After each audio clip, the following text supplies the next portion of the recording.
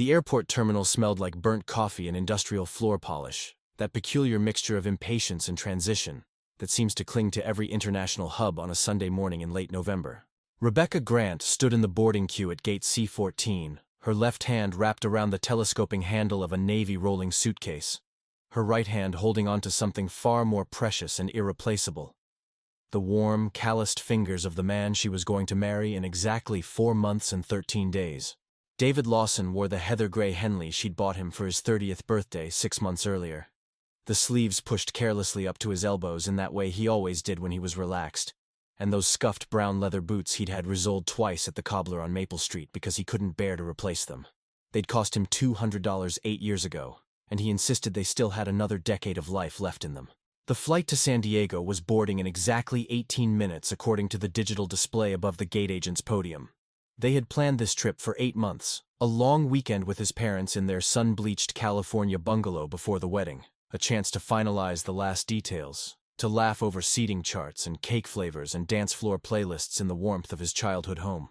Rebecca adjusted the thin gold bracelet on her left wrist, a delicate chain with a tiny clasp that David had given her on their 2nd anniversary, engraved on the inside with coordinates she'd memorized: 35, 5951 N, 82, 55 and 15 W. The exact spot on a hiking trail outside Asheville where he'd first told her he loved her, 3 years ago on a spring afternoon when the dogwoods were blooming white against the green. She caught her own reflection in the massive floor-to-ceiling window overlooking the tarmac, her chestnut hair pulled back into a loose French braid that hung between her shoulder blades, her favorite denim jacket unbuttoned despite the November chill that seemed to seep through the glass in invisible waves. David squeezed her hand gently, the way he always did when he was about to step away for a moment, and said he needed to use the restroom before they boarded. She remembers the exact words, remembers the cadence and the tone, remembers everything about that last ordinary moment. "I'll be right back, Beck.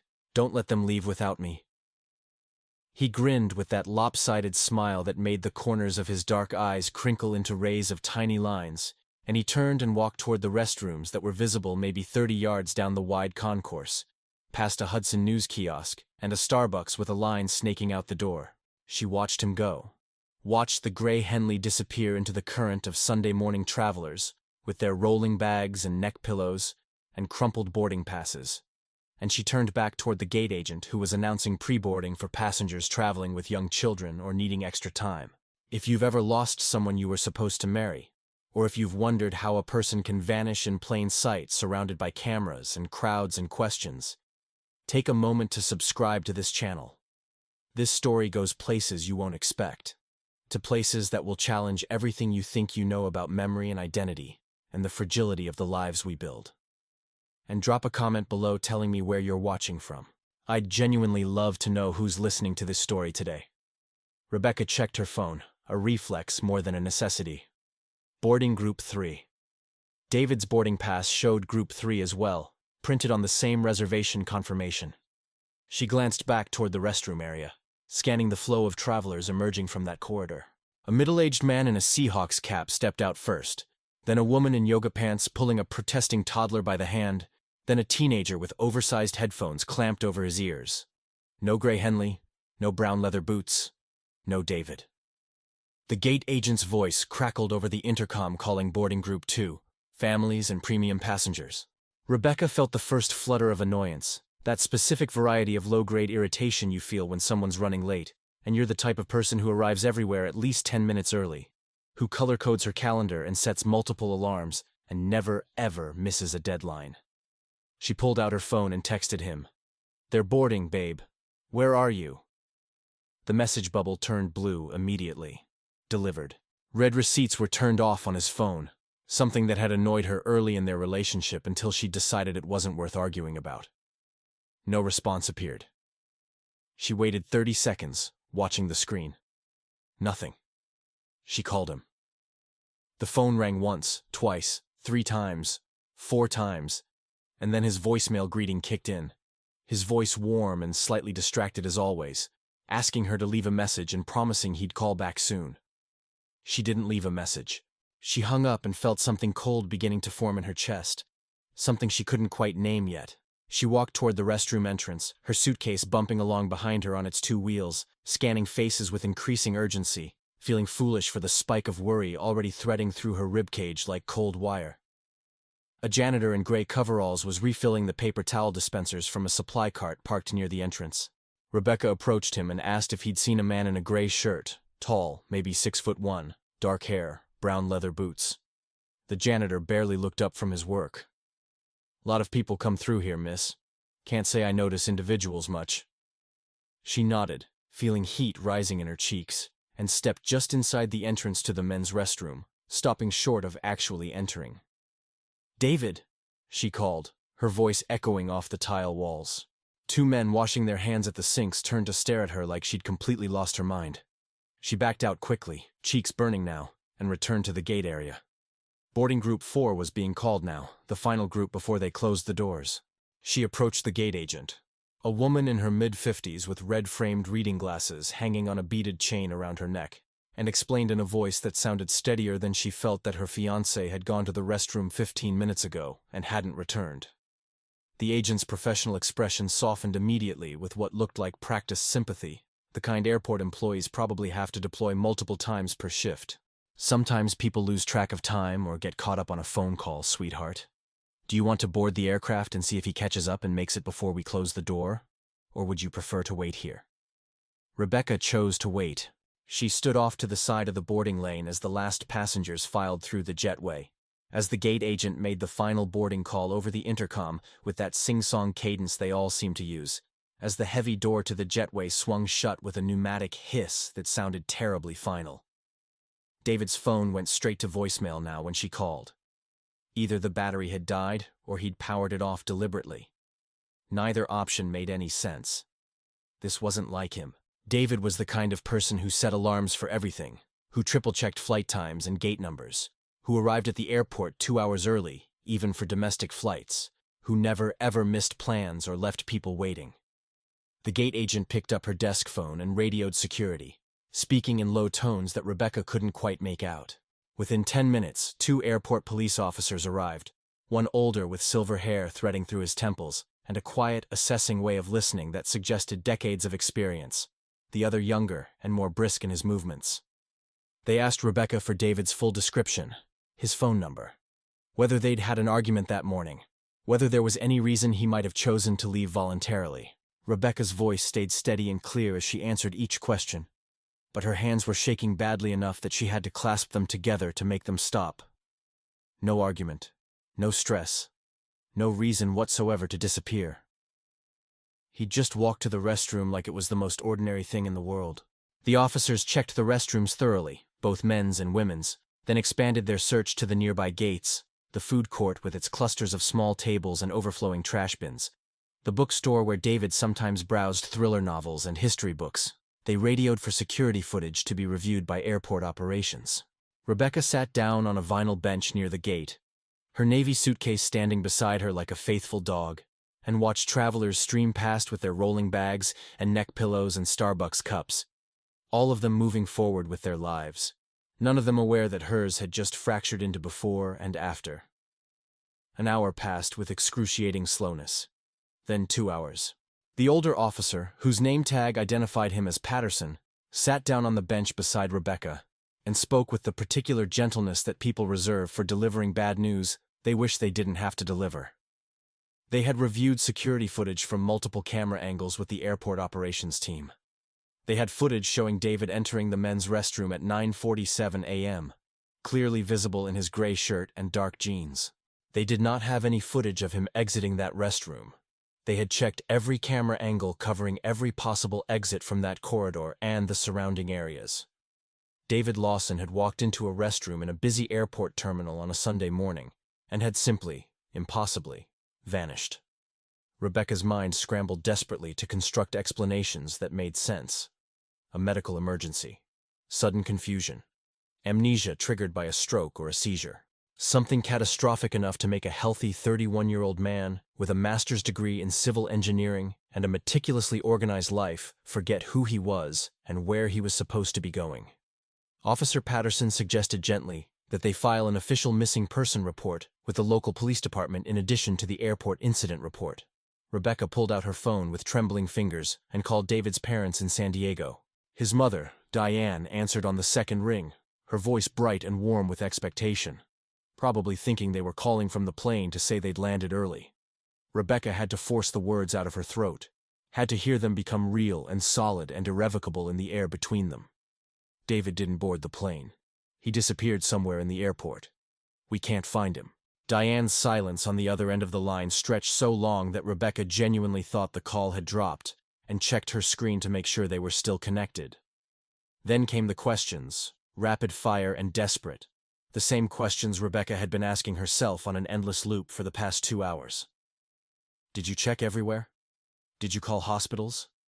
Did he say anything strange this morning? Could he have gone outside for some reason? Rebecca had no answers that satisfied either of them. David's father, Frank, a retired firefighter with an extensive network of contacts spanning multiple states and agencies, started making phone calls before Rebecca had even hung up with Diane. By 6 o'clock that evening, David's face was circulating among law enforcement agencies in 3 states, his information entered into the National Crime Information Center database, his photo appearing on local news broadcasts during the evening cycle. Rebecca sat alone in the apartment they shared that night. The one-bedroom place they'd been planning to give up in 4 months after the wedding when they moved into the house they'd just made an offer on. And she stared at his things, scattered around the space like archaeological evidence of a life interrupted. His running shoes sitting by the front door, still slightly damp from his morning run the day before. His stainless steel watch on the bathroom counter where he always left it before showering. The thick biography of Teddy Roosevelt he'd been reading for the past 3 weeks, a bookmark holding his place at page 207. She picked up the gray Henley from the laundry basket in the bedroom, where she'd tossed it 2 days earlier, planning to wash it. It still smelled like him, like the cedar and citrus cologne he wore on weekends. And she held it against her face and cried until her throat was raw. The investigation in those first crucial weeks moved with the mechanical efficiency of protocols designed exactly for these kinds of situations. Procedures refined over decades of missing person cases. Detectives from the local police department interviewed Rebecca 3 separate times during the first week alone, asking the same core questions in slightly different arrangements and phrasings, clearly looking for inconsistencies or contradictions, searching for any signs of trouble lurking beneath the surface of their relationship. They examined their shared finances with forensic thoroughness, pulling bank statements and credit card records going back 2 years. No unusual withdrawals, no secret accounts, no unexplained expenses. David's credit cards and debit card hadn't been used since 9:23 a.m. on the day he disappeared, when he'd bought 2 bottles of water at a convenience store near their apartment. His phone hadn't pinged any cell towers since shortly before 10 a.m., when it either died or was powered off. His silver Honda Accord was still sitting in space D47 of the long-term parking garage where they'd left it that morning, covered in a thin layer of dust and pollen. Detectives interviewed his co-workers at Hammond Engineering, the mid-sized firm where he'd worked for 6 years, steadily advancing from junior engineer to project manager. Everyone said essentially the same thing. David was exceptionally reliable, even-keeled and calm under pressure, deeply in love with Rebecca, genuinely excited about the wedding they'd been planning. No red flags, no gambling debts, no secret second life, no evidence whatsoever of a man planning to disappear. Rebecca's parents drove up from Charlotte 3 days after David vanished, her mother bringing casseroles and anxiety in equal measure. Linda Grant, a recently retired high school English teacher with a tendency to catastrophize even minor setbacks, kept suggesting increasingly unlikely scenarios as possible explanations. Witness protection programs, dissociative fugue states, secret government work, even the possibility of an identical twin no one knew about. Rebecca's father, Tom, quieter and more practical by nature, helped Rebecca organize civilian search efforts. They printed 500 color flyers featuring David's photo and physical description, and they spent entire days plastering them around the airport terminals, the surrounding neighborhoods, rest stops along the interstate highways leading in every direction. Volunteers from their church formed organized search parties, methodically combing wooded areas near the airport access roads, checking homeless shelters and emergency rooms, asking questions at gas stations and budget motels within a 50-mile radius. A K-9 unit from the county sheriff's department tracked David's scent from the restroom where he was last seen all the way to the ground-level parking garage. but the trail went completely cold near the rideshare pickup zone on the eastern side. That detail felt significant, like a breadcrumb that might lead somewhere, but it ultimately led nowhere at all. No rideshare companies, not Uber, not Lyft, not any of the smaller regional services, had any record of him requesting a pickup. No taxi companies had trip logs matching his description or that location and time window. The weeks bled into months, with agonizing slowness. The detectives officially assigned to David's case, a pair of veterans named Brennan and Lee, who both appeared to be in their mid-40s with the weary competence of people who'd worked too many cases that never got solved, kept Rebecca updated with phone calls and emails that came with diminishing frequency as time passed and leads evaporated. They'd systematically checked every hospital within 200 miles, every morgue, every database of unidentified remains or incapacitated patients who couldn't provide their own names. Nothing matched. They'd interviewed every single person on the flight manifest for the San Diego flight that David never boarded, looking for anyone who might have seen something unusual or remembered a man in a gray shirt acting strangely. No useful information emerged. They'd obtained warrants to subpoena his email accounts, his social media accounts, his text message records, his browser history. No evidence of planning a disappearance, no concerning communication with anyone suspicious, no searches for information about starting over or changing identities or disappearing. David had simply stepped out of his meticulously organized life and fallen through a crack in reality into some kind of void that left no traces. Rebecca tried desperately to maintain normal routines and preserve some sense of structure. She continued going to her job at Parkside Community Foundation, the nonprofit where she managed donor relations and grant applications, but her concentration was completely fractured. She'd find herself staring blankly at her computer screen at 2 in the afternoon, completely unable to remember what she'd been working on or what she was supposed to do next. Friends and coworkers offered support that felt increasingly hollow and performative as weeks turned into months and David remained missing. 6 months after he disappeared, one of Rebecca's closest friends since college, Alicia, sat her down over coffee at their usual cafe and gently, carefully suggested that maybe Rebecca needed to start thinking seriously about moving forward with her life. The phrase hung in the air between them, like an accusation of betrayal. Moving forward implied leaving David behind, accepting that he was gone permanently, accepting that she might never know what happened to him or why. Rebecca couldn't do it. She continued wearing the engagement ring he'd given her during a beach weekend in the Outer Banks, a simple round solitaire diamond on a platinum band, and she kept all his belongings exactly where he'd left them, unable to bear the thought of packing them away. The first anniversary of his disappearance arrived with the crushing weight of terrible ritual. Rebecca returned to the airport alone, walked slowly through security, made her way to gate C-14, and stood in exactly the same spot where she'd waited for him to return from the restroom 1 year earlier. The gate was serving a different flight now, boarding passengers for Denver instead of San Diego. But the floor tiles were identical, scuffed and gray, and the massive windows still overlooked the same stretch of tarmac where planes taxied and lifted into the sky, carrying people toward their destinations. She closed her eyes and tried to mentally rewind the tape, to find the exact moment where reality had fractured and split into the wrong timeline. What if she'd gone with him to the restroom area? What if she'd called him back before he walked away, made him wait until boarding actually started? The what-ifs were quicksand that would pull her under if she let them. Detective Brennan called occasionally over the following years, usually when some new technology became available for searching databases, or when unidentified human remains matching David's general description turned up somewhere in the region. Each time, Rebecca's heart would seize completely in her chest until Brennan clarified that the DNA didn't match, or the dental records didn't match, or the estimated time of death was wrong. David remained stubbornly absent, but never confirmed dead, existing in some terrible legal and existential limbo. Without a body, Rebecca couldn't file to have him declared legally dead without waiting a full 7 years from the date of disappearance. She couldn't access certain bank accounts or retirement funds they'd set up together. She couldn't make legal decisions about the house offer they'd put in, which had eventually fallen through when she couldn't secure financing alone. She existed in a state of permanent suspension, neither widow nor wife, neither single nor committed, frozen in amber. She started attending a support group for families of missing persons. Meetings held every Thursday evening in the basement of a Lutheran community center about 20 minutes from her apartment. The group was small and quiet, maybe 8 to 12 people on any given week, each person carrying their own unique version of not knowing, their own private nightmare of ambiguous loss. There was Gerald, a father whose 19-year-old daughter had vanished from her college campus during spring break. There was Patricia, whose younger brother had walked out of a grocery store with a bag of purchases and never made it to his car in the parking lot. There was Vincent, whose wife of 15 years had gone for her regular evening jog through their neighborhood and disappeared somewhere along her usual route.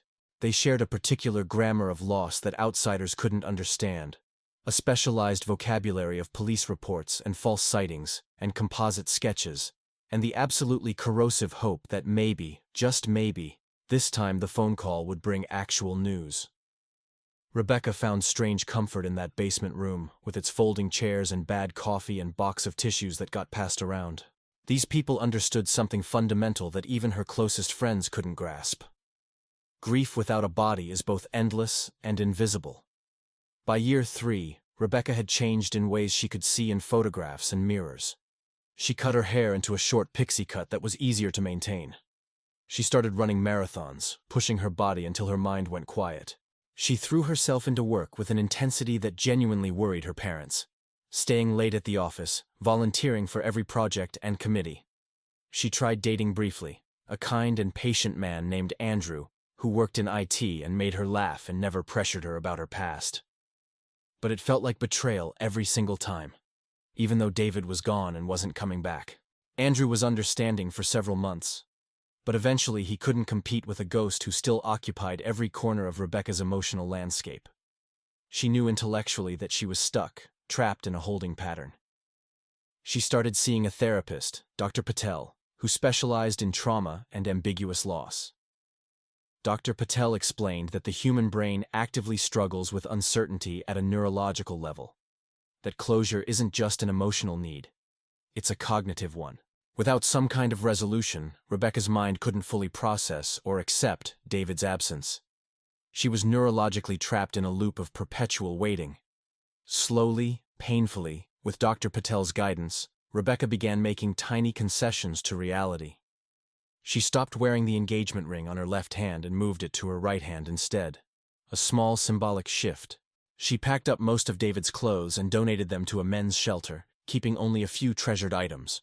The gray Henley, his watch, one of his engineering notebooks filled with his neat handwriting and technical sketches. She repainted the apartment in colors she'd chosen herself. She adopted a cat, an orange tabby she named Copper, who slept curled up on David's side of the bed, and seemed to understand that some spaces needed to stay occupied.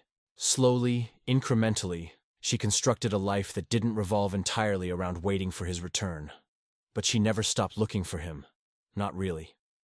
Every time she traveled anywhere, every time she was in a crowded public space, her eyes automatically scanned faces in the crowd, searching for the particular slope of his shoulders, the specific cadence of his walk, the possibility of recognition. Year 5 arrived with brutal, undeniable efficiency. Rebecca was 34 years old now. David would have been 36 if he was still alive, if he was still himself somewhere. She'd been promoted twice at work and now managed a team of 6 people. She'd completed 3 full marathons and a half-dozen half-marathons. She'd learned to cook all the complicated dishes they used to make together on weekends without crying over the cutting board. She'd even started dating again more seriously, seeing a graphic designer named Jordan, who made her laugh authentically and didn't press her constantly about her past or demand she explain her emotional distance. Life had taken on a recognizable shape again, even if it wasn't remotely the shape she'd planned or wanted. She thought about David less frequently now. Sometimes entire days would pass without the sharp, stabbing pang of his absence. But he remained there always, a low, persistent hum beneath everything else, background radiation from a disaster she'd survived. In October of that 5th year, Rebecca flew to Seattle for a 3-day professional development conference focused on nonprofit management and fundraising strategies. She didn't think much about the trip itself. She'd flown dozens of times since David's disappearance, had walked through countless airport terminals without incident, had learned to manage the low-level anxiety that airports still triggered. But Seattle-Tacoma International Airport had a specific weight as she moved through it that she couldn't quite shake. It was a major hub with high ceilings and the same generic contemporary architecture as every other modernized airport, the same endless rhythm of departures and arrivals and muffled announcements. Something in her chest tightened as she walked through the terminal toward her departure gate for the flight home, and she told herself firmly that she was being irrational. Airports were triggers. Dr. Patel had warned her about this exact phenomenon years ago. She was walking past gate B7, rolling her black carry-on suitcase behind her and checking her phone screen for her boarding time and gate assignment, when she saw him. She didn't see him exactly, not consciously at first. She registered movement in her peripheral vision, a figure that made her head turn involuntarily before her conscious mind could process why. A tall man in a blue jacket was handing his boarding pass to the gate agent for a flight to Portland. Dark hair, cut shorter than David used to wear it. The way he moved, that specific slight forward lean from the shoulders when he handed over his documents, was David's posture exactly, the same biomechanics she'd watched 1,000 times. Rebecca's breath caught hard in her throat. She stopped walking so abruptly that a teenager behind her nearly crashed into her suitcase and swore quietly. The man in the blue jacket disappeared into the jetway. She stood frozen on the concourse, her rational mind screaming insistently that it couldn't be him. That 5 years and thousands of miles and absolutely zero contact or evidence meant this was just grief and pattern recognition playing cruel tricks. But her body was already moving forward without conscious permission. She approached the gate counter, where a young male agent with a name tag reading Justin was checking boarding passes for the last few passengers. Rebecca tried to form coherent words, but they came out jumbled and frantic. I think I just saw. There was a man who just boarded. Tall, dark hair, blue jacket. I need to know if. She was stammering badly, aware she sounded completely unhinged. Justin's expression shifted smoothly from professional helpfulness to concern mixed with visible wariness, the particular look people give when they're not entirely sure if you're having a personal crisis or if you're some kind of threat to security. Rebecca pulled out her phone with shaking hands and found the photo of David that police had circulated 5 years ago, the one she still carried in her photos even though looking at it hurt. This is my fiancé. He disappeared from an airport 5 years ago. I just saw him board your flight. I'm certain it was him. Justin looked at the photo on her screen, then back at Rebecca's face, then toward the jetway as if he could somehow verify her claim by looking through solid walls. Ma'am, I can't give you any passenger information. That's a strict privacy regulation violation. But if you genuinely believe you've just seen a missing person, you should contact airport security immediately. Rebecca was already dialing with trembling fingers. Airport security arrived with impressive speed. 2 officers, a young man, and a slightly older woman, both professionally efficient. Rebecca explained the situation as coherently as she could manage, showed them David's photo, gave them the missing person case number she still had memorized after 5 years. They were clearly skeptical, but remained professionally courteous. They radioed ahead to Portland Airport Police, requesting that the passenger in the blue jacket be asked politely to speak with authorities upon arrival. Voluntary conversation only, they emphasized. No detention without cause, just questions. Rebecca gave them every single detail she could dredge from her memory of those few seconds. Blue jacket, appeared to be nylon or synthetic material. Dark jeans, brown leather messenger bag worn across his body. She thought she'd seen a wedding ring on his left hand, a glint of metal, though she couldn't be absolutely certain. And then the detail that made her voice crack and break. She was almost certain he'd been traveling with a woman. Obviously pregnant, maybe 7 or 8 months along based on the size, wearing a green knit sweater. The officers took detailed notes. They asked Rebecca to remain available and provided her with a case reference number. She sat down in the gate area, her own flight to North Carolina departing in 40 minutes from a gate in a completely different concourse, and felt her entire body vibrate with adrenaline and terror and hope and dread, all mixed together in a cocktail she could barely process. What if it actually was him? What if it wasn't and she'd just made a scene over a stranger?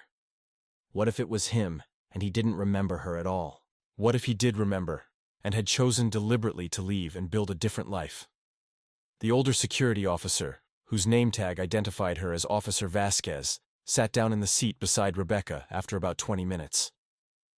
Ma'am, we've been in direct contact with Portland TSA and Portland Airport Police.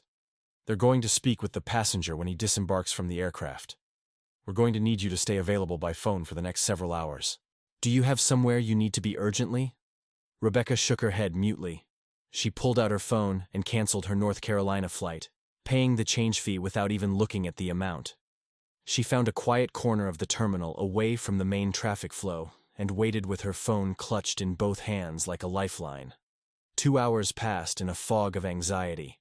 Then her phone finally rang with an unknown number, Portland area code clearly visible. She answered before the first ring finished. The voice on the other end was male, calm, professional, identifying himself as Officer Nguyen with Portland Airport Police Department. He asked her to confirm her identity, her relationship to David Lawson, the original case number from 5 years ago. Then he spoke the words that split Rebecca's carefully reconstructed world wide open for the second time. Ms. Grant, we've spoken at length with the passenger you identified. His name is David Lawson. He matches the physical description and the photograph you provided to Seattle Security. He's agreed voluntarily to speak with you, but there are some critical things you need to understand before we facilitate any contact. Mr. Lawson has absolutely no memory of you or the life you've described. He has no accessible memory of the last 5 years beyond what he believes are the last 3 to 4 months. He's currently traveling with his wife, who is 8 months pregnant with their first child. They've been married for 4 months according to his account and according to their marriage license. He's willing to fully cooperate with investigation into his identity and the circumstances, but he's extremely confused and, frankly, quite frightened right now. Do you understand what I'm telling you, Ms. Grant? Rebecca couldn't speak. Her throat had closed completely. Officer Nguyen continued, his voice gentler now, more human. We're holding Mr. Lawson and his wife at a secure location within the airport for everyone's safety and privacy. We've already contacted the FBI because this situation crosses state lines and involves a long-term missing person case with potential criminal elements. They're sending agents from the Portland field office.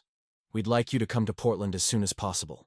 We'll need to verify his identity conclusively through fingerprints and DNA comparison, and we'll need your full cooperation with that process. But Ms. Grant, I want you to mentally prepare yourself as much as possible. This man sitting in front of me doesn't know you. He doesn't remember you. That's going to be extremely difficult. Rebecca managed to force out words confirming she'd take the next available flight to Portland. She hung up and sat on the carpeted airport floor with her back pressed against a support pillar and cried so hard that a janitor stopped and asked if she needed medical attention. She arrived in Portland 5 hours later on a red-eye flight where she didn't sleep for a single minute. FBI agents met her directly at the arrivals area, a woman who introduced herself as Special Agent Carlisle and a man named Special Agent Park, both dressed in dark suits and carrying federal credentials. They'd already taken David's fingerprints using a mobile scanner. Confirmed match to prints on file from his background check for his engineering license. His DNA sample was being processed at the lab, but they had absolutely no doubt based on fingerprints and photographic comparison. This was definitely, conclusively, David Lawson, the man who disappeared from a North Carolina airport 60 months earlier. They explained the situation with clinical precision as they drove her to the FBI field office downtown. David had been living in Portland under his own legal name for approximately 3 months. Before that period, the trail went completely cold. No employment records anywhere in the system, no financial activity, no housing or rental records, no medical records, nothing. Then 3 months ago, he'd appeared as if materializing from nothing and gotten an Oregon driver's license, opened a bank account, married a woman named Claire Henriksen in a small civil ceremony, and started working as a construction supervisor for a commercial building company. He claimed his earliest clear memory was waking up in a hospital in Eugene, Oregon, approximately 4 months ago after what he believed had been a car accident. Though no accident report or emergency room admission matching his description existed anywhere in any database they'd searched. Special Agent Carlisle, a woman in her early 40s with sharp eyes and an air of having seen everything, explained that David's condition appeared consistent with something called dissociative fugue, a rare psychiatric disorder where a person loses access to autobiographical memory and sometimes travels far from their home, occasionally assuming a partially or completely new identity. Trauma, significant head injury, extreme psychological stress, any of these factors could potentially trigger it. The fact that David had retained his actual legal name and certain procedural memories suggested the fugue state wasn't entirely complete, that some part of his consciousness had managed to hold on to basic identity markers even as he'd lost all episodic memory of his actual life. They'd observed a small scar on the left side of his scalp, only partially healed, definitely consistent with significant head trauma that likely required stitches or medical intervention. But they couldn't explain where he'd been or what had happened to him during the first 4 years and 8 months after his disappearance. That remained a complete mystery. Rebecca asked in a voice that barely qualified as a whisper if she could see him. Special Agent Park hesitated visibly before answering. "Ms. Grant, he's currently with his wife. She's understandably extremely distraught. She's 8 months pregnant with a man who apparently has an entire other life and identity and family that he doesn't remember at all. This is profoundly traumatic for everyone involved. We need to proceed very carefully and thoughtfully." Rebecca felt a surge of completely irrational jealousy, immediately followed by crushing guilt. This woman, Claire, had done absolutely nothing wrong. She'd simply fallen in love with a man who'd seemed emotionally available, who'd had no memory of a fiancé waiting for him across the country. But Rebecca had been waiting and searching and grieving for 5 years. She'd earned the right to see him. They arranged a carefully controlled meeting in a conference room at the FBI field office downtown, neutral territory with video recording for everyone's protection. Special Agent Carlisle briefed Rebecca extensively beforehand. "He's going to look at you exactly like you're a complete stranger, because that's precisely what you are to him right now given his condition. Don't expect any recognition at all. Don't take it personally, though I know that's almost impossible. His brain is actively protecting him from something traumatic, and we don't know what that something is yet. We're bringing in consulting neurologists and psychiatrists who specialize in dissociative disorders. For now, just introduce yourself calmly. Be gentle. Let him control the pace of conversation." Rebecca nodded agreement. But absolutely nothing could have prepared her for the moment when the conference room door opened and David walked in. He looked simultaneously exactly the same and completely different. His hair was cut shorter than he used to wear it, almost military short on the sides. He'd lost weight, maybe 15 or 20 pounds. His face more angular than she remembered. He wore clothes she'd never seen before, a blue and gray flannel shirt and jeans that didn't fit quite right, slightly too loose at the waist. And his eyes, when they met hers directly, there was absolutely nothing there. No spark of recognition, no joy, no guilt, no complex emotion whatsoever. Just polite confusion and a wariness that cut her more deeply than anger or resentment ever could have. She stood up from her chair, instinctively wanting to run to him, physically forcing herself to stay absolutely still. "David," she said, and her voice broke completely on his name. He nodded slowly, carefully. "They've told me we were engaged. They showed me photographs and documents. I don't remember any of it. I'm sorry." The apology felt absurd coming from him, but his visible discomfort and distress appeared entirely genuine. They sat down across from each other at a long conference table. Special Agent Park remained in the room, seated off to the side. Rebecca didn't know where to begin. What words could possibly bridge this impossible gap? She pulled out her phone and began showing him photographs she'd kept, unable to delete them. The two of them hiking in the mountains, his arm around her shoulders. At their friend's wedding, dressed up and laughing at some joke. On the beach during that trip where he'd proposed. His parents' house in San Diego, the house he'd grown up in. David studied each image with the intense concentration of someone trying to solve an extremely difficult puzzle. "I believe you," he said finally, his voice quiet.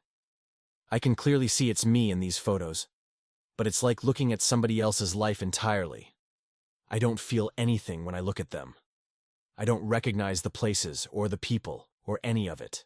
"I'm sorry," he said again, and she could see genuine distress in his face, the frustration of a man desperately trying to access files that had been completely deleted from his hard drive. Rebecca asked about Claire, about the last 3 or 4 months that he did remember. David explained haltingly, clearly struggling to organize his thoughts. He'd woken up in an emergency room in Eugene with absolutely no idea how he'd gotten there. No identification, but he'd known his name when they asked. He'd known basic facts about himself, his approximate age, his profession, various technical skills. He hadn't known where he'd been living or where he'd been going or how he'd ended up injured. The hospital had run him through extensive medical testing, No signs of stroke or brain tumor or anything that would explain complete amnesia. The police had apparently checked some missing person databases but hadn't found a match. Either they hadn't searched nationally, or their search parameters had been too narrow or too specific. After he was discharged with nowhere to go, David had drifted for a few weeks, taking odd jobs and day labor, trying desperately to piece together some kind of coherent life from fragments. He'd met Claire at a hardware store where she worked behind the paint counter. She'd been kind to him when he was lost. They'd started talking regularly. One thing had led to another. They'd gotten married quickly, probably too quickly. But he'd felt completely unmoored from reality, and she'd made him feel real and grounded. Rebecca asked if he remembered anything about the airport, about that morning when they were supposed to fly to San Diego together. David shook his head slowly. The earliest thing I remember with any clarity is waking up in that hospital in Eugene. Before that, everything is just fog. Sometimes I get brief flashes, images, sensory feelings, fragments of sound, but nothing coherent or connected. I've been trying actively to remember. I want to remember my life, but it's like trying to grab smoke with your bare hands. The consulting neurologist they brought in later that week, Dr. Chen, explained that fugue states could potentially last anywhere from days to years. Sometimes memory returned spontaneously and completely. Sometimes it returned in small pieces over time. Sometimes it never returned at all. The memories locked away so completely that even intensive therapy or hypnosis couldn't access them. The scar on David's head suggested traumatic brain injury sustained at some point, possibly shortly after he disappeared. If he'd been assaulted or been in an accident, the physical trauma combined with psychological shock could have triggered both the fugue state and the complete memory loss. The FBI launched a comprehensive investigation into David's missing years. They attempted to trace his movements backward from Eugene, using financial records, surveillance footage from businesses, and witness interviews. 3 months ago, he'd appeared in Eugene as if materializing from thin air. Before that, fragments. A week in Salem, staying at a budget motel and working day labor at a construction site. Before that, a homeless shelter in Portland where he'd stayed for a few nights. A construction job in Bend that lasted only 2 days before he'd moved on. A soup kitchen in Medford. The trail went completely cold somewhere around 2 years back. It appeared he'd been living almost entirely off the grid for years, moving frequently, working only cash jobs, avoiding any kind of official record-keeping.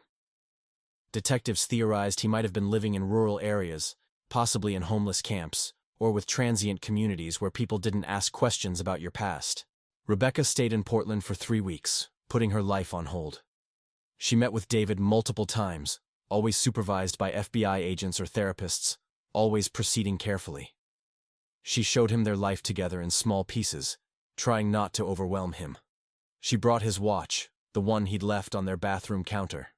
He turned it over slowly in his hands, examining the engraving on the back, her initials and a date, with detached academic curiosity. She brought photographs of his parents.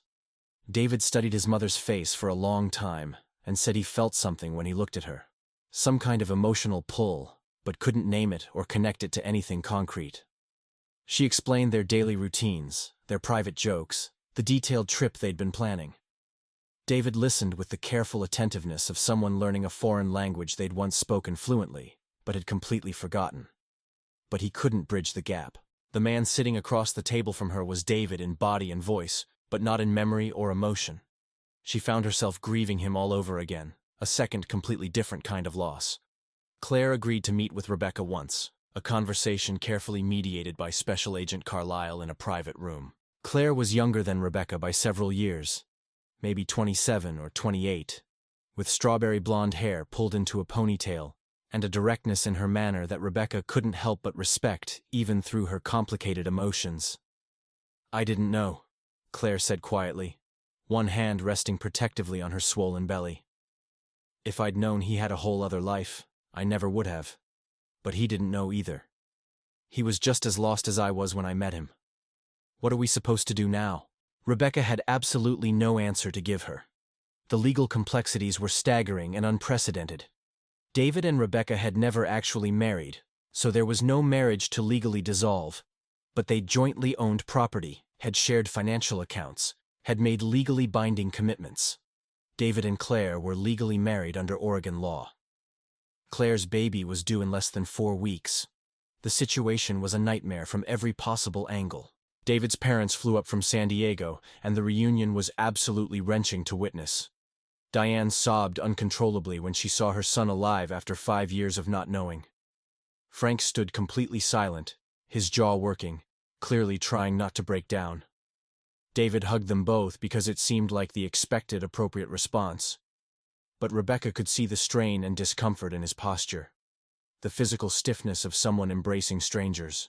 These people loved him with desperate intensity, and he was a stranger to himself and to all of them.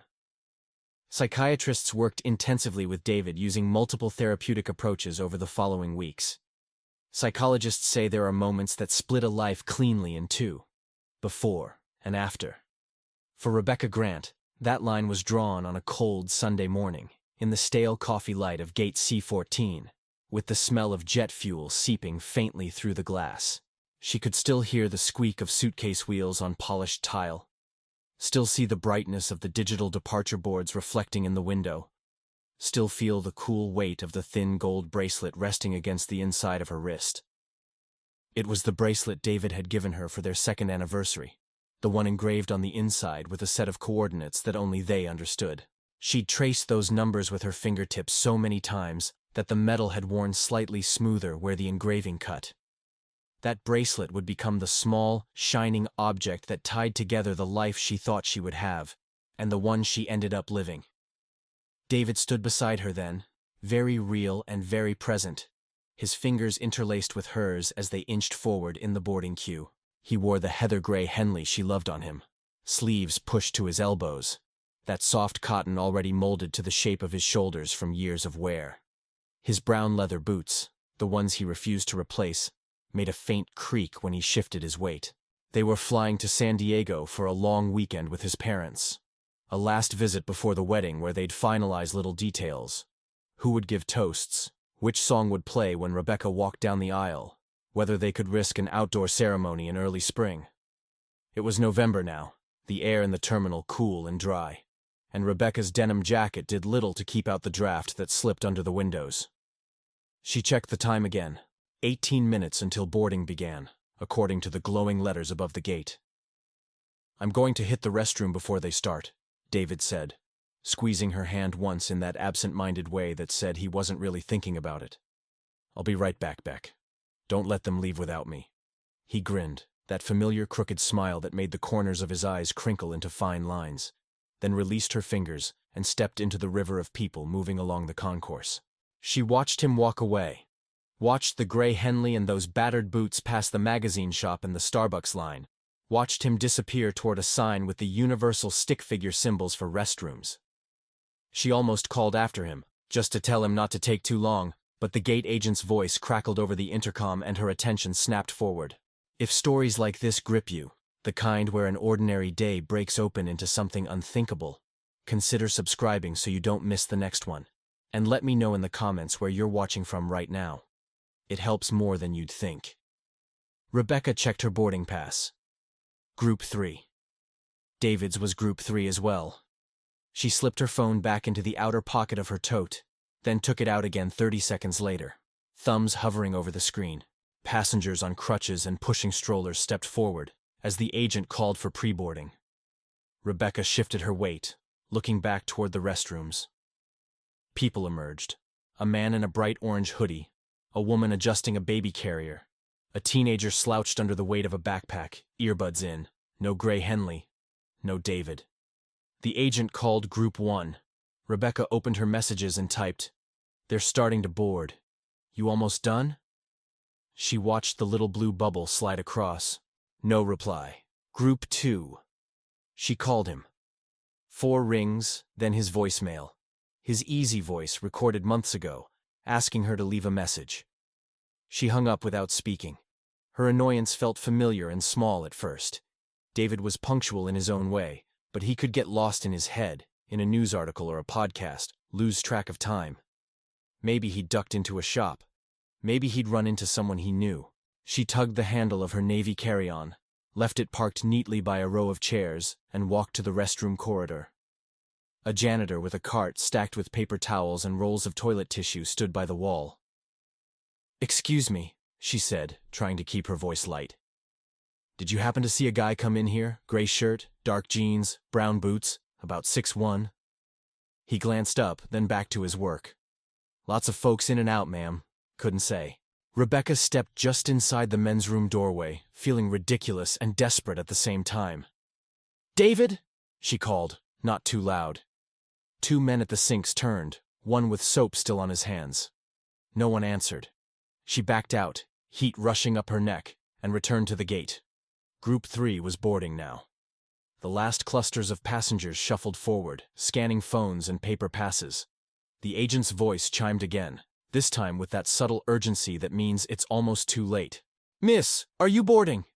The agent with the red-framed glasses asked. "My fiancé went to the restroom," Rebecca said. "He hasn't come back. I called him. His phone rang and then went to voicemail. He should be here." Her voice sounded tight, not quite panicked, but clicking toward something. The agent's smile softened into something more serious. "You can wait for him if you want. We just need to close the door on time. If he misses this flight, we can rebook you both." Rebecca stood aside and watched the last passenger walk through the jetway. The door swing shut with a hiss and a heavy click. She called again. This time the call dropped straight to voicemail, a sensation she would later describe to Dr. Patel as the floor shifting sideways started behind her ribs. The agent picked up her desk phone, speaking quietly, and a few minutes later, 2 airport police officers approached.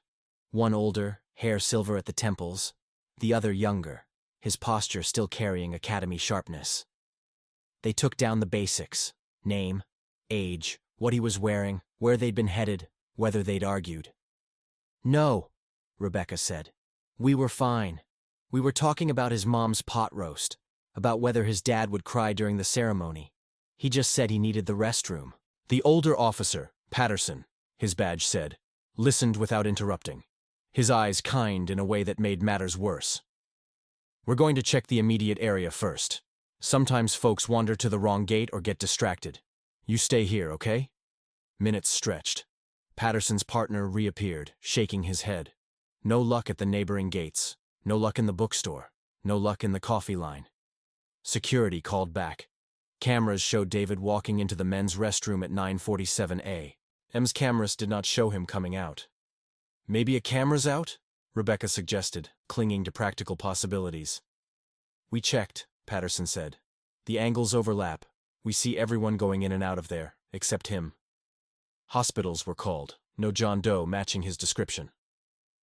TSA checked their checkpoints, baggage claim, exits. No trace of a man in a gray Henley and old boots leaving the secure area. It was like a jump cut, where someone splices a piece of film out and pretends the story remains intact. By evening, the airport's incident report had become a formal missing person case. David's parents watched their local news in San Diego and saw their son's face on the screen, paired with the phrase, "Last seen at gate C14. They phoned Rebecca hourly. Frank tapped his old firefighter contacts. Diane called every hospital she could find in 3 states. Patrol cars cruised the roads around the airport. Volunteers put up flyers showing David's half smile and the careful print spelling out, "Fiancé, son, engineer, loved and missed."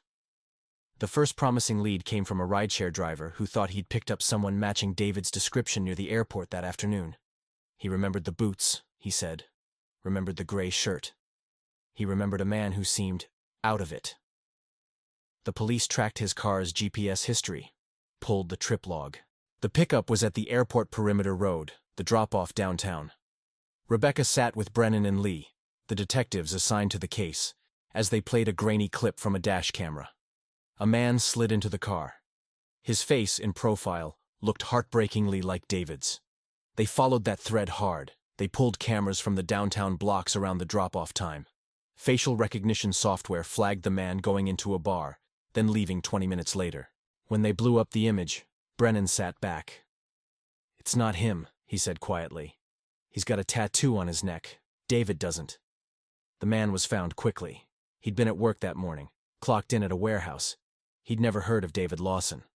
The ride log stayed as a false positive, proof that the world was capable of throwing up ghosts in gray shirts just to torture you. Meanwhile, the everyday machinery of life ground on. Rebecca woke each morning to David's side of the bed still imprinted, even though he hadn't slept there in months. His toothbrush stood in the cup by the sink. His notes were still on the fridge.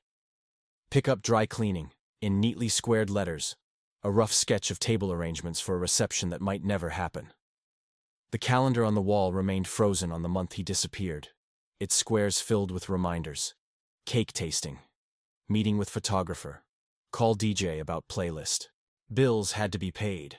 David's paycheck stopped when his accrued leave ran out. Rebecca took over his portion of the rent and the utilities as best she could. Friends brought lasagna and chicken casseroles, as if heavy food could soak up the emptiness. She stopped answering text messages from people who sent links to articles about miracles, about missing people found on the other side of the world, about memory loss resolved by a bump on the head. She started attending the support group on Thursdays, sitting in a ring of folding chairs in a basement that smelled faintly of coffee and old books. In that circle, time took on a different shape. There was a man whose wife had vanished 10 years earlier. He still wore his wedding ring. A woman whose brother had been gone for 2 decades, his posters long since curled and torn. His missing person report now a yellowed file. They talked about ambiguous loss, about the way grief that never gets an answer keeps the nervous system on high alert forever. Rebecca listened more than she talked at first, but over time, her voice joined the murmur of people comparing the sound of unanswered phones. Detectives Brennan and Lee became a strange kind of fixture in her life. Brennan had gentle eyes and a habit of stirring his coffee too long without drinking it. Lee chewed gum constantly, even in interviews. They called whenever there was something to say, and once or twice when there wasn't, just to remind her she hadn't been forgotten. They walked her through the process of preserving David's digital footprint. His email, his social media, his cloud accounts. They checked his bank activity monthly. Nothing. It was as if that last charge for 2 bottles of water at the convenience store had been a period at the end of a sentence. Years passed in layers of seasons. The first Christmas without him, Rebecca left his stocking hanging over her parents' fireplace, a bright red reminder of absence. The second year, she folded it carefully into a box. On what would have been their wedding anniversary, she took the day off work and drove to the hiking trail where the coordinates on her bracelet pointed. She stood at the overlook where he'd once said, "I love you," with his hands jammed into his pockets because he'd been too nervous to gesture. She watched the sun slide over the mountains and felt nothing and everything at once. By the time the 5th year approached, Rebecca's life, from the outside, looked almost ordinary. She'd been promoted to Director of Development at the Foundation. She'd cut her hair short, into a style that required less time and fewer decisions. Copper, the cat she'd adopted on impulse 2 years after David vanished, ruled the apartment like a small orange lion. She had a yoga class she went to twice a week, a book club that met once a month, a therapist she saw every other Wednesday. She also had Jordan. They'd met at a fundraiser, both reaching for the same stack of name tags. He was a graphic designer with ink stains on his fingers and a laugh that made other people in the room relax. He asked her out 3 times before she finally agreed, guilt gnawing at her with every step. She told him about David on the second date, before the food arrived, because it felt dishonest not to. Jordan listened, nodding slowly, and said, "I'm not asking you to forget him. I'm asking if you have room for anything else." They moved carefully, respecting ghosts. Rebecca shifted the engagement ring from her right hand to a small dish on her dresser. Some mornings she put it on, some mornings she didn't. She and Jordan planned weekends together tentatively, as if any plan further than a few days out might jinx something. When she flew to Seattle for the conference, she and Jordan joked about her fear of airport coffee and her tendency to arrive 2 hours early. She promised to text him when she landed. The conference itself was uneventful. Panels about donor retention, workshops on storytelling, bland lunches eaten off paper plates. On the last day, dragging her suitcase through the terminal toward her gate, she was thinking about nothing more significant than whether she'd remembered to pack her charger. She passed gate B7 without looking at the sign first. What caught her attention was a movement. A tall man in a blue jacket stepping toward the agent, boarding pass extended. There was something in the angle of his shoulders, in the way his weight shifted from one foot to the other, in the rhythm of his steps. Her body recognized him before her mind did. Her breath hitched. She stopped walking. For a moment, the scene seemed suspended. The murmur of announcements, the hiss of air conditioning, the rattle of a distant cart. The man handed over his pass and turned his head slightly, enough that she saw his profile, the line of his jaw, the shape of his nose. 5 years vanished. It was David. It was impossible. It was him. He wasn't alone. Just behind him, close enough that their shoulders almost brushed, stood a woman in a green sweater, her hands resting on the curve of a belly that was unmistakably pregnant. The woman laughed at something the gate agent said, tilting her head toward David. He smiled back. Rebecca felt the world tilt. It was as if someone had lifted the film of her life up and misaligned it, leaving everything shifted by a few frames. Before she could think what to do, the gate agent scanned their passes and gestured them into the jetway. The blue jacket, the green sweater, the pregnant silhouette, gone. Her legs carried her forward. She didn't remember deciding to run, but she reached the counter breathless. "I need to speak to one of your passengers," she said, the words coming out hoarse. "Tall man, blue jacket, dark hair, boarding just now. Please, I think he's my fiancé. He disappeared 5 years ago. Please." The agent blinked, caught between training and human response. "Ma'am, I can't. There are privacy regulations. I can't give out passenger information. If you believe you've seen a missing person, you need to speak to security." "I have his case number," she said. "He's in the national system. His name is David Lawson. Please you don't have to tell me his seat. Just confirm if that's the name on his ticket." The agent hesitated, then picked up the phone and called a supervisor. Within minutes, airport police were on their way. Rebecca showed them David's photo, her hands shaking. One of the officers, a woman, softened as soon as she saw it. "Okay," she said. "Okay. We'll contact the arriving airport. They can ask him to talk. You need to stay put." The flight was headed to Portland. Rebecca watched the plane push back from the gate, its nose turning toward the runway. Her heart felt like it was pulling away with it, tethered by a thread. Security escorted her to a quieter area, took her statement, made calls. Time slowed into molasses. At some point, she realized she was gripping the bracelet on her wrist so tightly that the edges of the coordinates had pressed indentations into her skin. Hours later, her phone rang with an Oregon number. She answered on the first vibration. The voice identified himself as an airport officer, then said the words that made her knees go weak. "Ms. Grant, we have a man here who matches your fiancé's description exactly, and his identification says he is David Lawson. He's agreed to talk, but there's something you need to know. According to him and the records we've found, he's been living here for several months. He believes he woke up in a hospital about 4 months ago. He doesn't remember anything before that.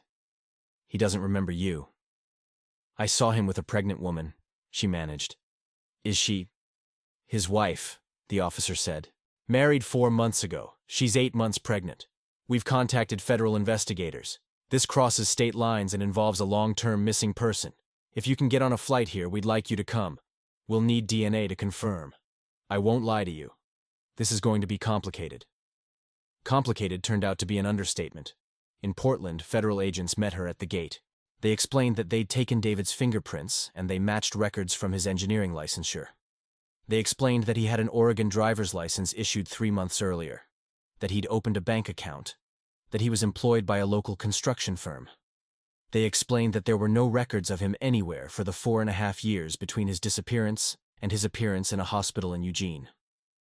They also explained dissociative fugue. In simple terms, they told her, it was a rare condition where someone under extreme stress or trauma loses their autobiographical memory and sometimes travels far from home, building a new life with no awareness of the old one. Sometimes the new identity had a new name. Sometimes, disconcertingly, it didn't. The person could function perfectly well, work, form relationships, fall in love, while a whole previous life remained locked away. "What caused it?" she asked. "We don't know yet," the agent said. "He has a scar on his head consistent with a serious blow. Could be an assault, an accident, a fall. He doesn't remember how he got it. His brain may be protecting him." When they asked if she wanted to see him, she said yes, even though every cell in her body also screamed no. They put her in a plain conference room, white walls, a long table, a ticking clock. Her bracelet felt heavy. She turned it on her wrist until the coordinates sat in her palm like a talisman. The door opened. David walked in. 5 years had left their mark. He was leaner, lines deeper at the corners of his mouth, his hair cut shorter. His eyes were the same. They landed on her with polite curiosity, the way you look at someone you're told you should know but don't. For a fraction of a second, she thought she saw something flicker there, a tiny spark, but it vanished. "David," she said. "They told me your name is Rebecca," he replied, his voice gentler than she remembered, as if he was afraid to break her. "That we were engaged. I don't remember. I'm sorry." He sat down opposite her, hands flat on the table. She slid her phone across, screen lit with a photo. The two of them on that hiking trail, his arm around her shoulders, her head tilted back, laughing. He picked it up and stared. "That's me," he said slowly. "And that's you. I can see it, but it's like looking at a picture in a magazine. I don't feel like the person in it. I don't remember the moment." She showed him more. Birthdays, holidays, their cluttered kitchen with a cake half-iced, his parents' backyard with a grill smoking in the corner. He studied each one like evidence. "Do you remember this?" she asked once, unable to stop herself. He shook his head, pain flashing across his face. "I want to," he said.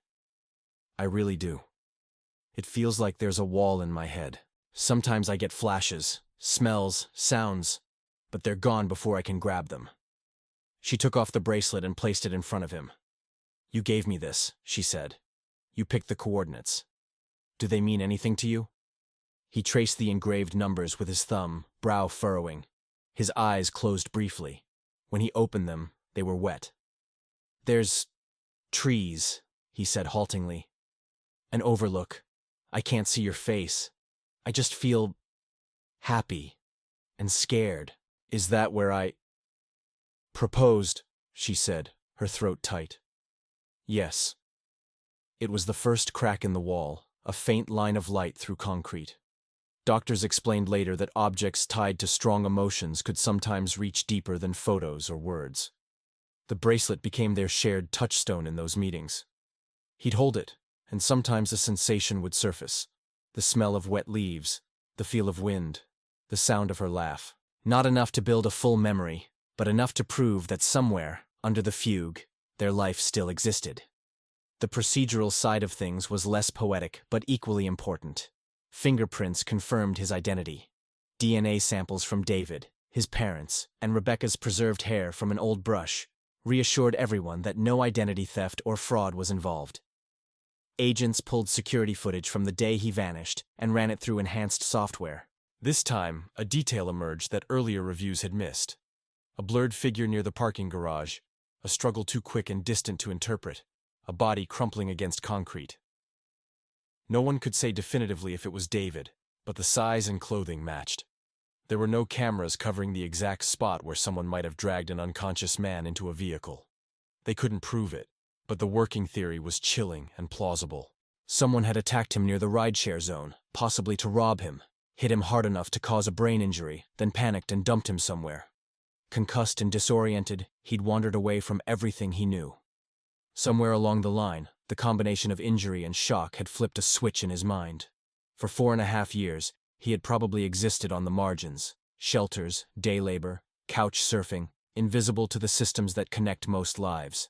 He remembered none of it clearly, just a gray blur of hunger and movement. Then, for reasons still unclear, he'd arrived in Eugene, ended up in a hospital given his name, and started again. The present, however, was not a clean slate. Claire entered the picture not as a villain in a melodrama, but as a very real, very frightened person with swollen ankles and a baby due in weeks. When Rebecca met her, escorted into another conference room with tissues already on the table, she saw a woman who had loved a man she believed was whole. "I'm so sorry," Claire said immediately, before anyone else spoke. "I didn't know. He didn't know. When I met him, he was just lost. He told me he'd woken up with no past. I believed him. What else was I supposed to do?" "You were supposed to," Rebecca started to say, and then stopped. There was no supposed to. There were only facts. You didn't do anything wrong, she managed.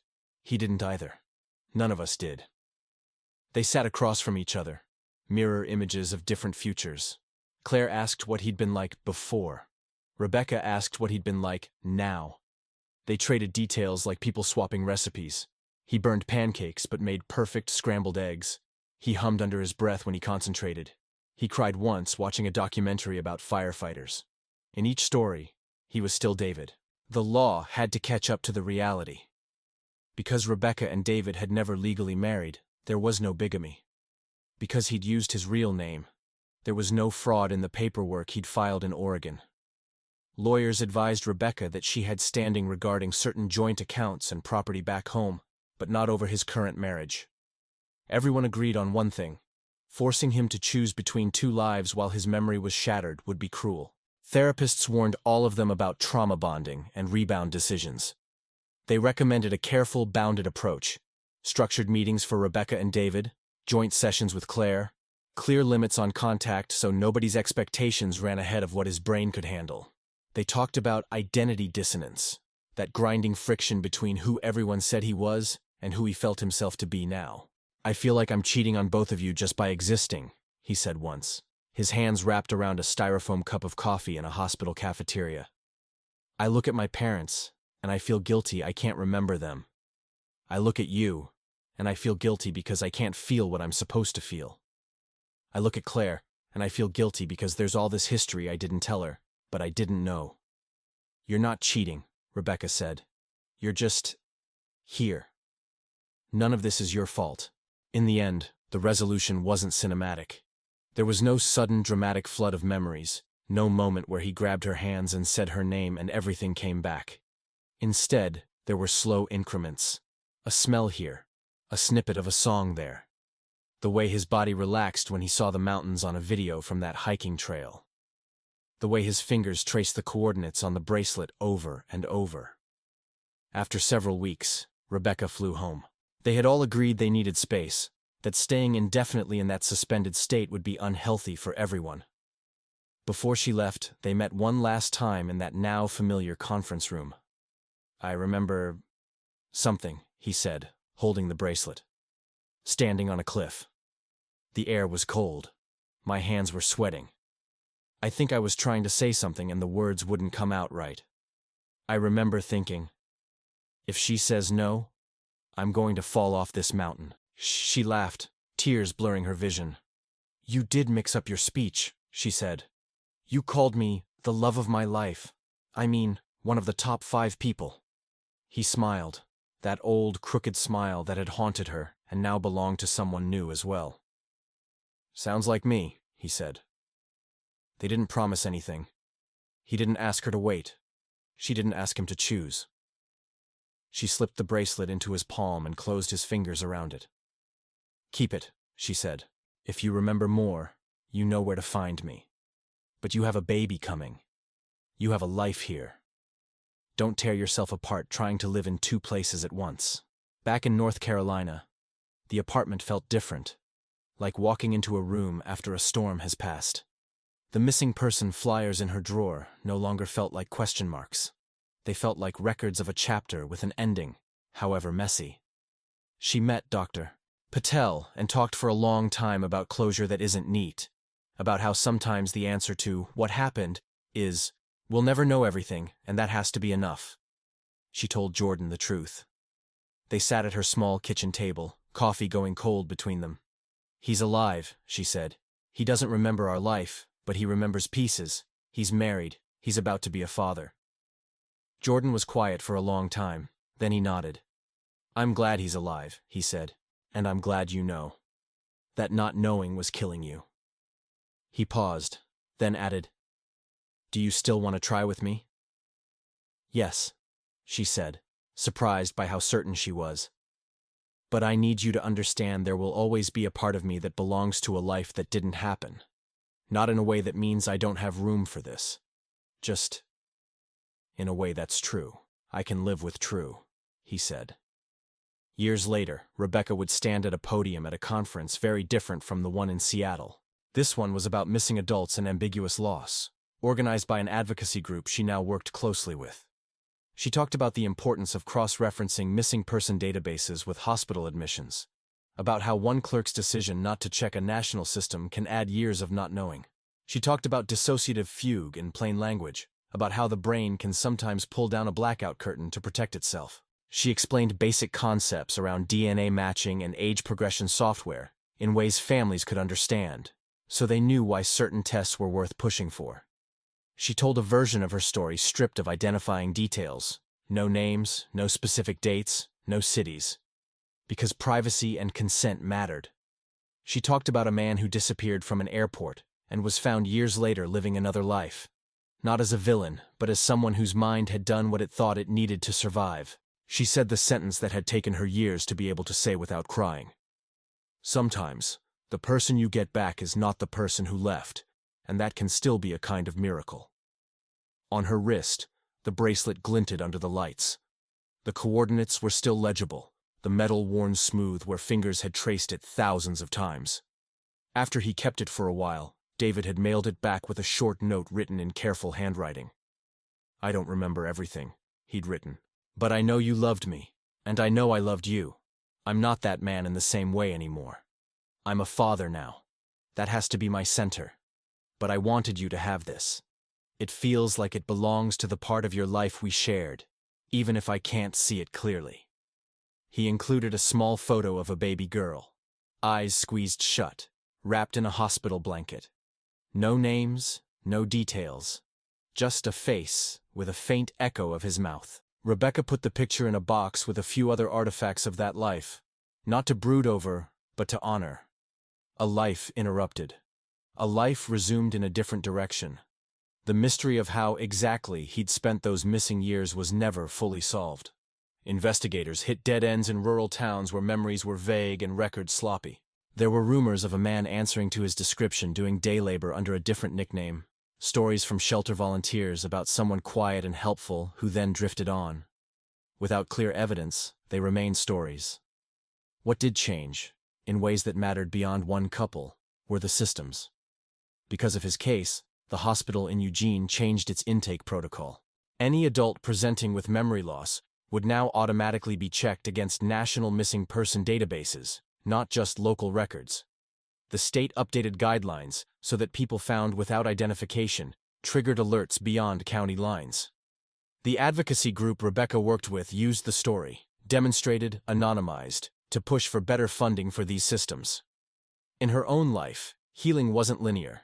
There were nights when she woke from dreams of airports, heart pounding, the sound of boarding announcements echoing in her ears. There were days when she saw someone in a gray shirt at a distance and felt her body brace. But the episodes grew farther apart. She and Jordan moved into a bigger place. Copper tolerated the new neighborhood grudgingly. They talked about children, about the ethics of bringing new life into a world where people could vanish, then chose hope anyway. If you're listening to this and carrying your own unanswered questions, about someone who left and never came back, about a story that froze mid-scene, know this. Not all mysteries resolve neatly. Some remain jagged, with pieces missing. But not knowing everything doesn't mean you can't build anything. There are organizations, hotlines, and databases that can help. There are detectives like Brennan and Lee out there who keep files open longer than the budget says they should. There are therapists who understand ambiguous loss and can help your brain learn to live with in-between answers. And sometimes, as Rebecca learned in that impossible moment at Gate B7, life loops back on itself in ways you never saw coming. Sometimes the person you thought you'd spend your life with walks past you years later, changed and yet still themselves. Sometimes closure isn't a door slamming shut. It's a window opening to a view you didn't plan for, with a different path trailing off into the distance. The coordinates on Rebecca's bracelet still point to that overlook outside Asheville, to a young couple standing in wind and sunlight making promises they believed would carry them straight forward. They didn't. Instead, those promises took the long way around, through loss, through memory and its failures, through new love and new responsibilities. The core of them, though, that sense that love matters, that commitment means showing up even when the story changes, remained. And in that sense, the mystery did resolve. He was not dead on a stretch of highway or buried under a name that wasn't his. He was alive, flawed, forgetful, trying. She was alive, altered, resilient, choosing. The airport became, in her mind, not only the place where everything fell apart, but also the place where, 5 years later, she got her answer.